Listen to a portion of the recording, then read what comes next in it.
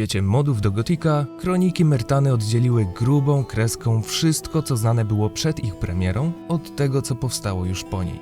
I choć nie oznacza to, że starsze mody mają mniejszą wartość, to faktem jest, że przygoda na Archolos pokazała wszystkim, jak wysoki poziom może dowieść fanowska produkcja.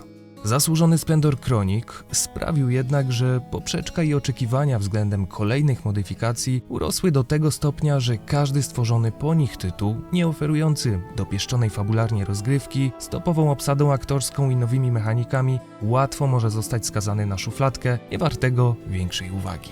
Czy taki właśnie los spotkał tytułową drugą część niedawno powstałych Złotych Wrót?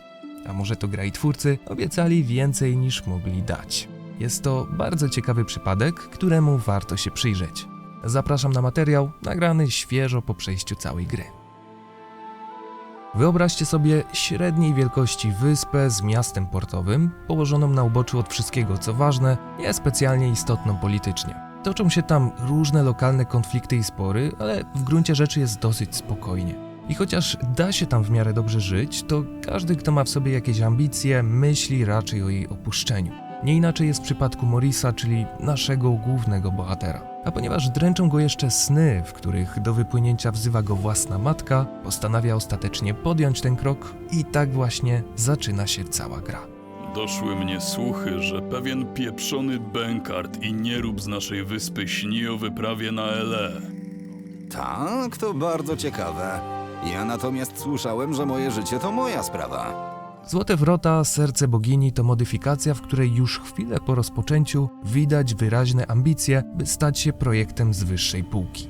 Wita nas pięknie wykonany dubbing, klimatyczna muzyka, przemyślane postacie i dialogi. Odkrywając pierwsze lokacje, trudno nie oprzeć się wrażeniu, że każde miejsce wydaje się czemuś służyć, a historia, choć prostsza niż w Kronikach, ma dopięte wszystkie szczegóły. Samoa, bo tak właśnie nazywa się wyspa, jest przy tym zwyczajnie przyjemna w eksploracji i bardzo niewiele trzeba, by dać tytułowi szansę.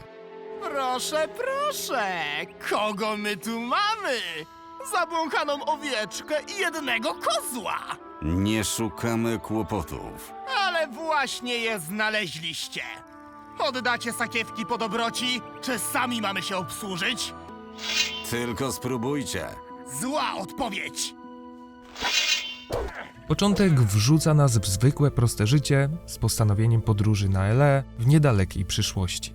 Ponieważ zaś Morris to postać znana dobrze większości lokalsów, mamy takie poczucie, że faktycznie opuszczamy ten rodzinny ląd. Tu usłyszymy jakąś radę, tam ktoś poklepie po ramieniu, a jeszcze gdzie indziej ktoś się ucieszy, że zejdziemy mu z oczu.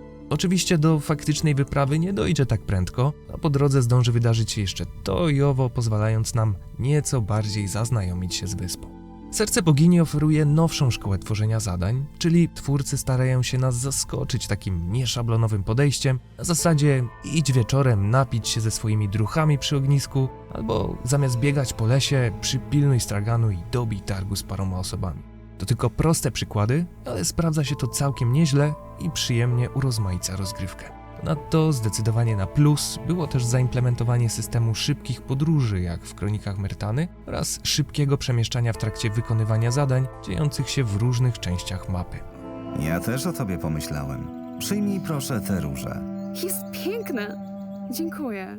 Piękna jak i ty. Ciekawym motywem jest natomiast coś, co wiele gier robi już od dawna, czyli wprowadzenie wątku romantycznego. Gracz ma możliwość wybrania jednej z dwóch dziewczyn jako swojej towarzyszki i choć potencjał tej historii nie został w pełni wykorzystany, to i tak jest to coś świeżego jak na to uniwersum. Oczywiście klasyczny goticzek, czyli przynieś 5 grzybków z lasu albo zabij tą straszną bestię, też się znajdą, ale przeplatają się na tyle, że nie ma poczucia monotonii. Potężny wpływ na immersję ma za to bardzo dobrze zrobiony dubbing, który przez całą grę jest zaskakująco równy pomimo połączenia profesjonalnych aktorów głosowych z youtuberami i fanami. Chcę, żebyś wypuścił tego człowieka. Człowiek zostać. Potrzebny. Do czego? Chcesz go zjeść? Nie, człowiek nie być smaczny. Sama ścieżka dźwiękowa, chociaż reprezentująca inny klimatycznie świat, ma w sobie coś wyraźnie gotikowego i jest oprócz dubbingu jednym z głównych filarów całej gry. Postawiłbym tezę, że generalnie do 3. rozdziału modyfikacja rozwija się naprawdę przyjemnie. Jest sporo zwrotów akcji, dzieją się ciekawe, angażujące nas wydarzenia i dopiero później zaczynają pojawiać się pierwsze, większe wyboje na tej ścieżce. Wyboje, które sprawiają, że druga część Złotych Wrót to w gruncie rzeczy tytuł dosyć nierówny. Mam wrażenie, że niektóre kwestie mniej znaczące zostały w nim dopracowane i przemyślane dokładniej od innych i to tych znacznie ważniejszych, jak chociażby główny wątek fabularny. I mówiąc o wątku fabularnym, nie mam na myśli, że coś było nie tak na przykład z kultem Hatiret, który choć krwawy i drastyczny, to jednak pasuje do mrocznego świata Gotika, ale bardziej takie poczucie, że fabuła ze spójnej i ciekawej przez pierwszą połowę gry dosyć mocno rozjeżdża się w tych późniejszych rozdziałach. Kilka interesująco zapowiadających się wątków zostaje uciętych i teoretycznie wrzucamy wyższy bieg w tej historii, ale jest on jednocześnie jakoś mniej jakościowy i satysfakcjonujący. Nie znaczy to, że modyfikacja całkowicie się gubi, buduje jednak w nas takie oczekiwanie na jakąś zgrabną klamrę, która zepnie to wszystko, a to nie do końca się dzieje, przez co ciężko jednoznacznie ocenić ten tytuł.